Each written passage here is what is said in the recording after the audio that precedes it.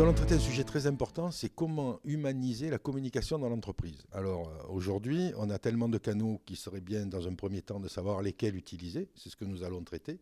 Deuxièmement, arriver à mobiliser tous les acteurs de l'entreprise.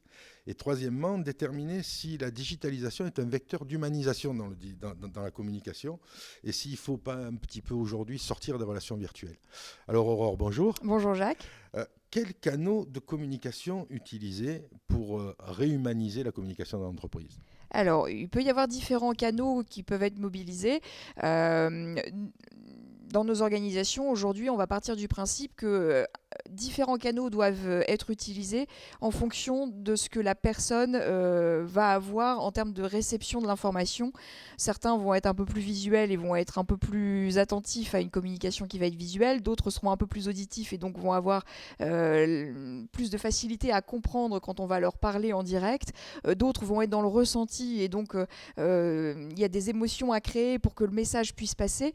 Donc on a différents canaux de communication à créer dans l'entreprise pour qu'un même message puisse parvenir à la personne en fonction de son degré de sensibilité. Il faut faire du sur-mesure, quoi. Il faut faire du sur-mesure et malheureusement dans les organisations aujourd'hui, la communication elle est rarement sur-mesure puisque c'est souvent l'utilisation d'un mail, d'un message sur un écran éventuellement qui est situé dans le hall d'accueil ou éventuellement une grand-messe annuelle où on va essayer de faire passer tous les messages et ce ne sera pas forcément un canal diversifié. J'allais dire que chacun de ces canaux nécessiterait une formation d'utilisation spécifique.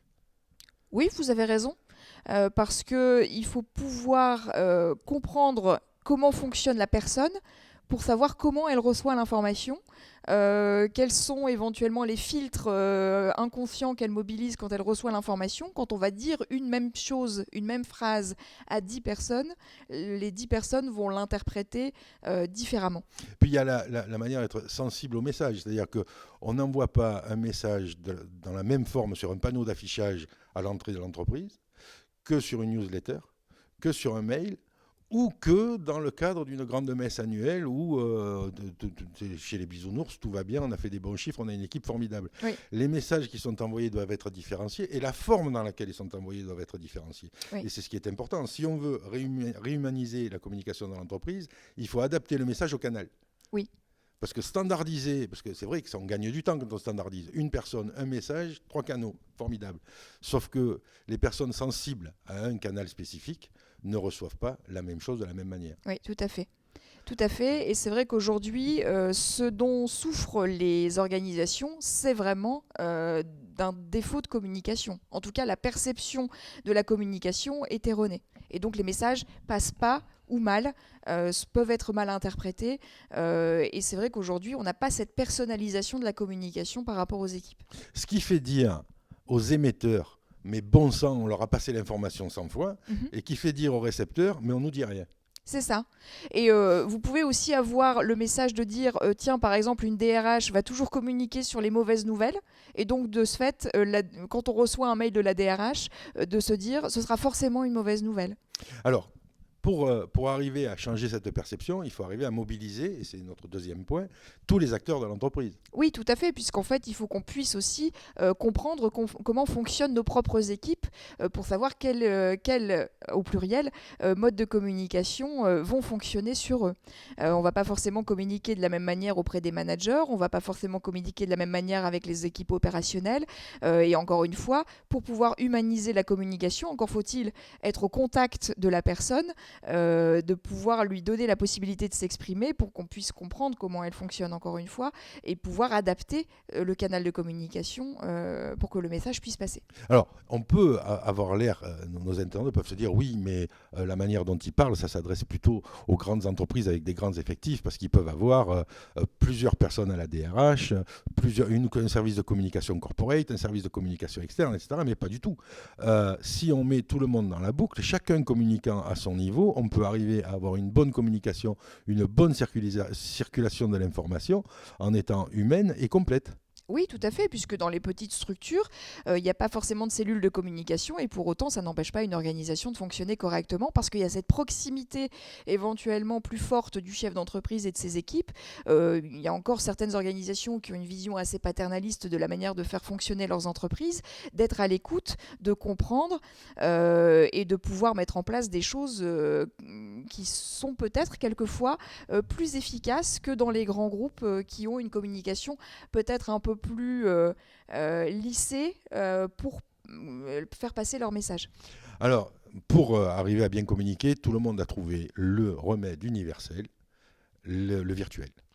Est-ce que Internet, est-ce que la digitalisation est le vecteur universel d'une bonne communication ou est-ce que ça déshumanise encore plus on personnalise plus, mais on déshumanise plus. Alors, tout va dépendre encore une fois de là où on place le curseur, c'est-à-dire que dans une certaine mesure, la digitalisation et la virtualisation peut créer malgré tout de l'humanisation. Alors je m'explique parce que ça peut paraître un peu en décalage par rapport à ce qu'on se dit jusqu'à présent, mais aujourd'hui la digitalisation peut permettre dans une certaine mesure d'automatiser un certain nombre de processus et de, notamment je vais prendre l'exemple des DRH, de pouvoir à un moment donné regagner du temps pour pouvoir repasser du temps à échanger physiquement avec les équipes. Et donc à recréer de la communication en direct, en présentiel et en physique avec les équipes. Parce qu'on se sera déchargé pour partie de certaines tâches rébarbatives et administratives. Aujourd'hui, quand même, le quotidien d'une direction des ressources humaines est quand même très administratif. Se méfier de la newsletter. Parce que la newsletter, chacun, on en reçoit à longueur de journée, qu'elle soit professionnelle ou personnelle. Et à force, elle finit soit dans les spams, soit à la poubelle parce qu'on ne les lit plus. Et donc il faut faire très attention dans l'utilisation et la rédaction des newsletters parce que cette automatisation, c'est la newsletter. Et cette automatisation peut faire que le salarié dise de bonne foi, on ne nous dit rien, tout simplement parce qu'il a jeté la newsletter, parce qu'il en est, il en est abreuvé, il en est inondé et qui ne supporte plus cet afflux d'informations. Il faut la bonne information au bon moment. Oui. Trop d'informations, c'est pas bon non plus. Oui, et ça c'est le travers par contre de la digitalisation, c'est-à-dire qu'à un moment donné, trop de digitalisation noie l'information.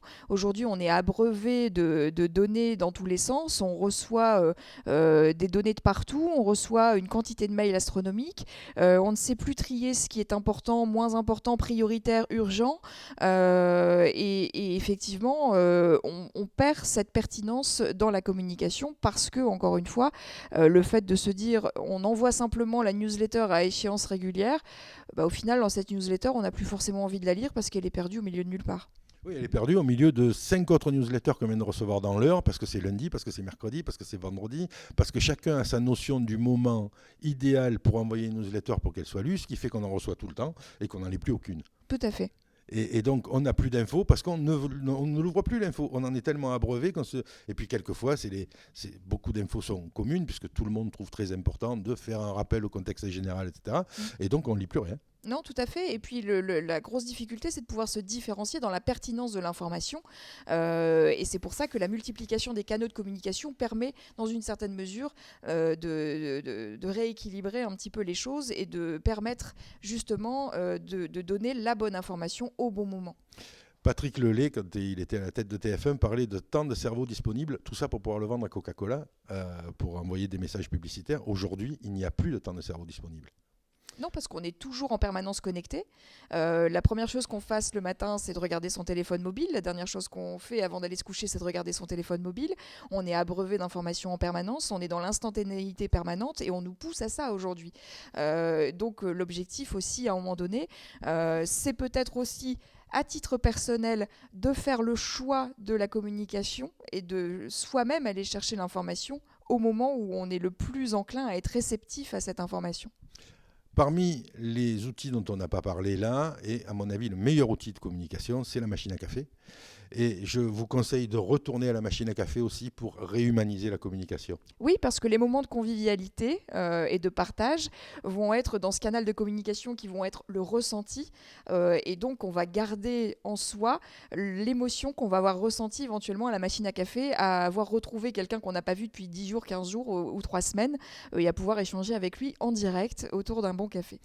laissez votre portable dans le tiroir de votre bureau et allez rencontrer vos collègues de travail à la machine à café. Oui, tout à fait. Le meilleur moyen de pouvoir communiquer correctement, c'est encore de se parler en face à face et en présentiel et non plus à travers sa boîte mail alors que son collègue est juste dans le bureau d'en face. Merci beaucoup, Aurore. Merci Jacques.